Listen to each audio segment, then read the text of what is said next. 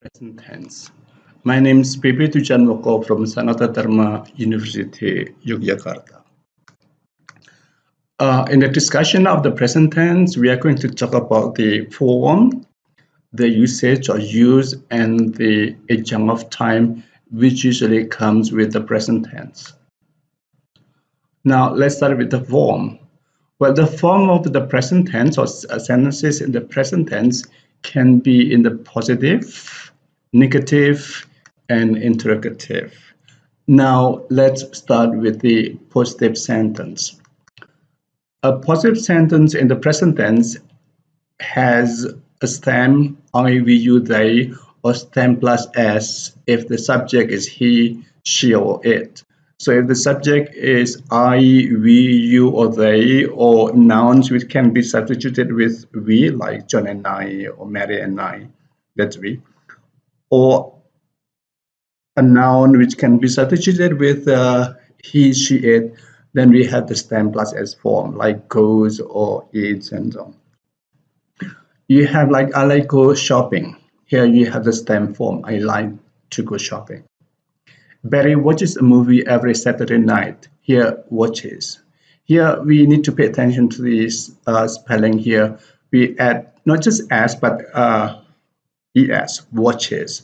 And then it also occurs with other stem which ends with s, like in buzz, buzzes. We have cases, watches, buzzes, and then you have judges. So we add es if the word ends with this sound. Another example, you have Anne visit her grandparents every Christmas. So here we have visit because the subject here is Anne, and Anne can be substituted with the pronoun she. Barry can be substituted with the pronoun he. So Barry watches a movie every Saturday night. That's watches. And Anne visits her grandparents every Christmas. So these are the form of sentences in the present tense. And then in the negative sentences, we have don't or do not if the subject is I, we, you, or they, or doesn't if the subject is he, she, or it. And then we have the stem form. For example, I don't like eating sweets. Well, sweets are not good for my teeth. Probably not good also for your teeth. I don't like eating sweets. So here we have don't and like as a stem form. John doesn't join the meeting. So you have does not here and then join. John doesn't join the meeting. And then we have the dress doesn't suit you well. The dress doesn't suit you well. So here you have a suit. Suit is a verb here.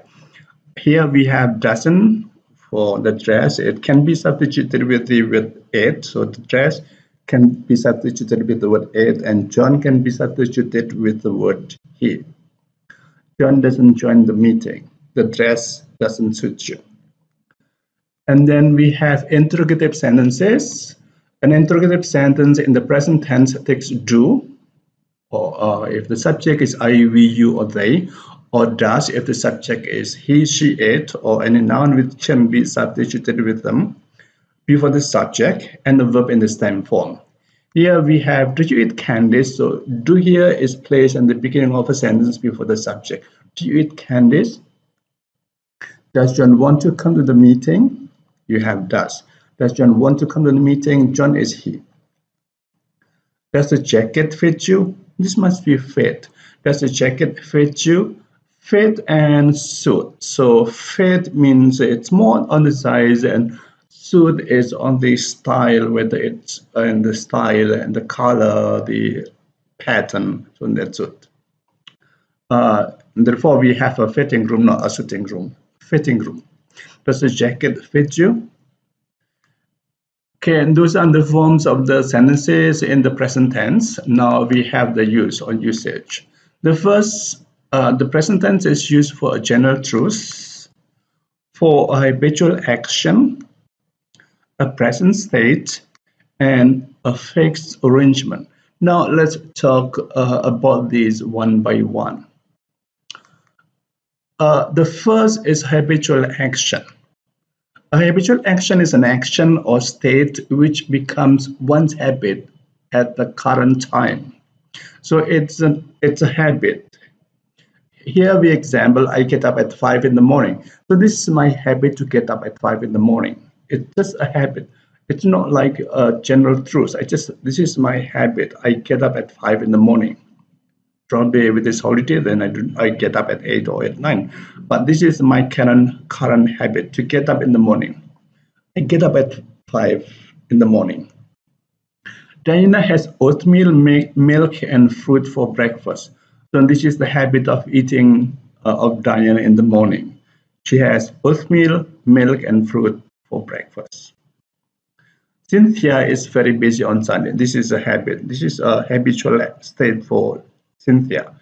Cynthia is very busy on Sunday. So it may change sometimes, or it may change, but as a habit, it may change. It's different from later a general truth. But now let's have the present state first. A present state shows a state or condition which is true at the moment of speaking. So it's true at the moment of speaking.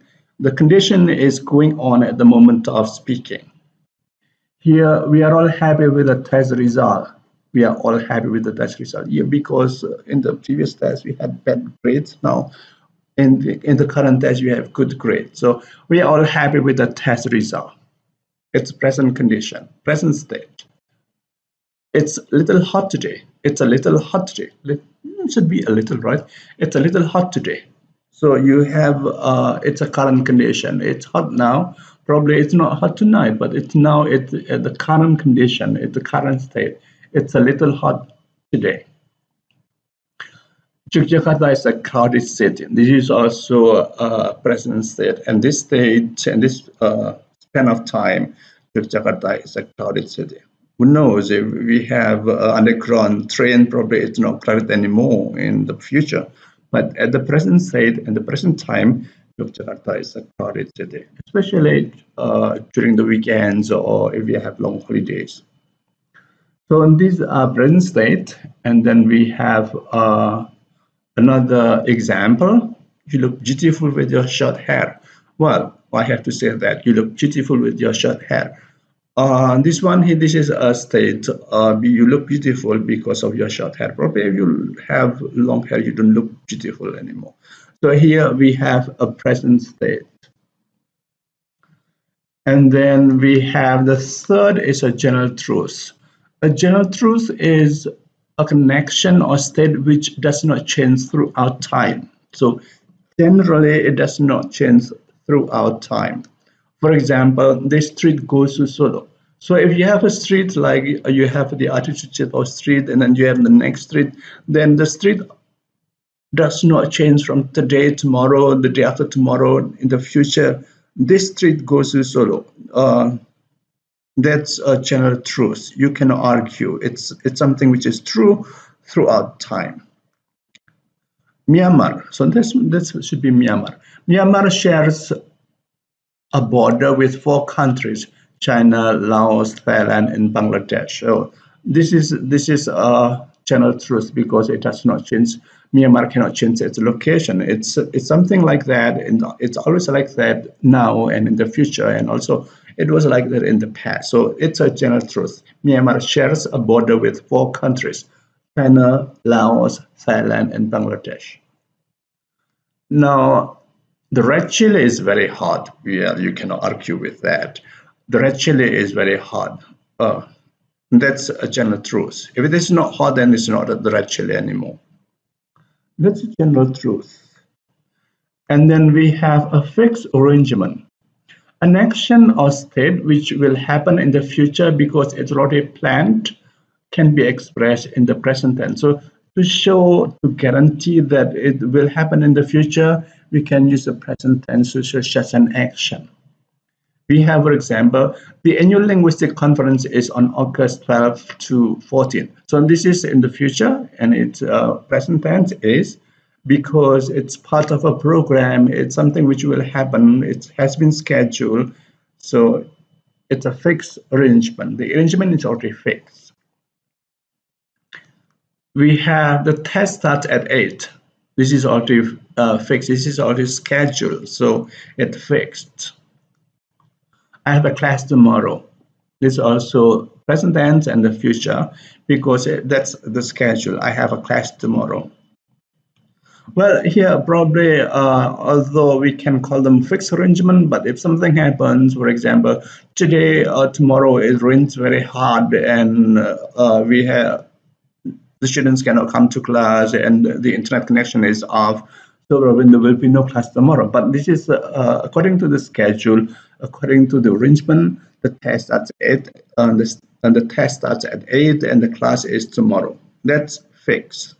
Although, well, if condition happens, then probably it does not happen. It does not proceed, goes on as it has been arranged.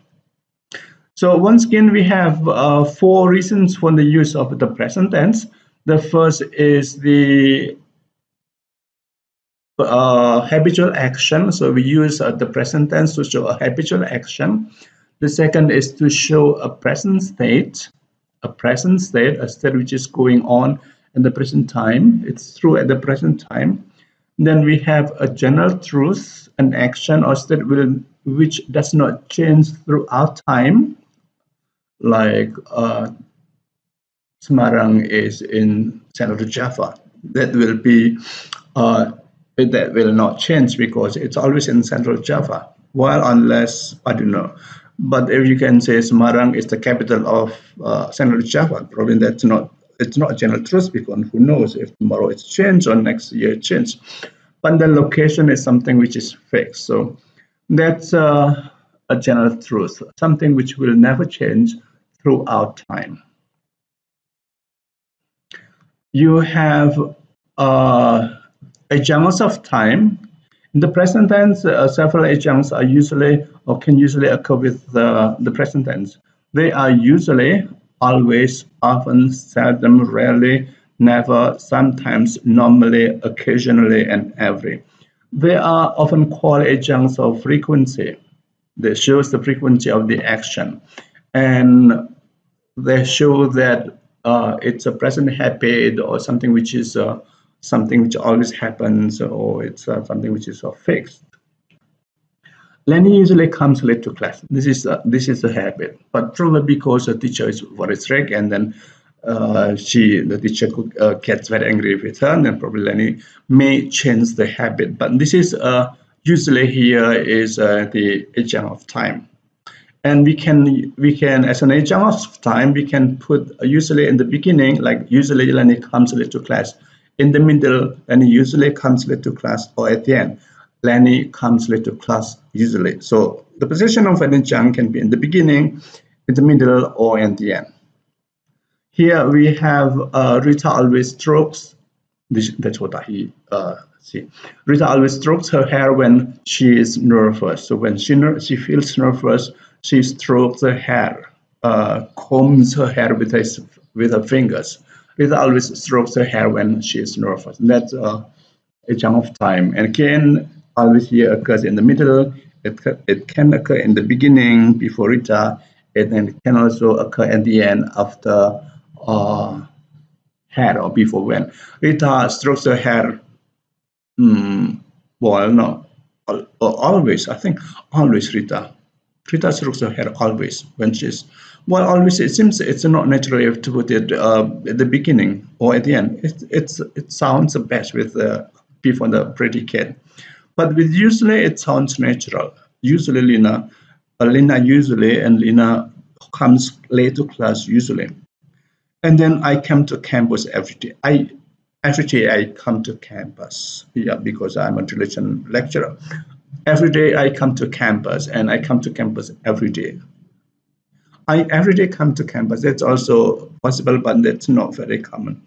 So in general, the best place it's usually in the beginning, in the middle, or in the end, but depends on the adjunct. Like usually,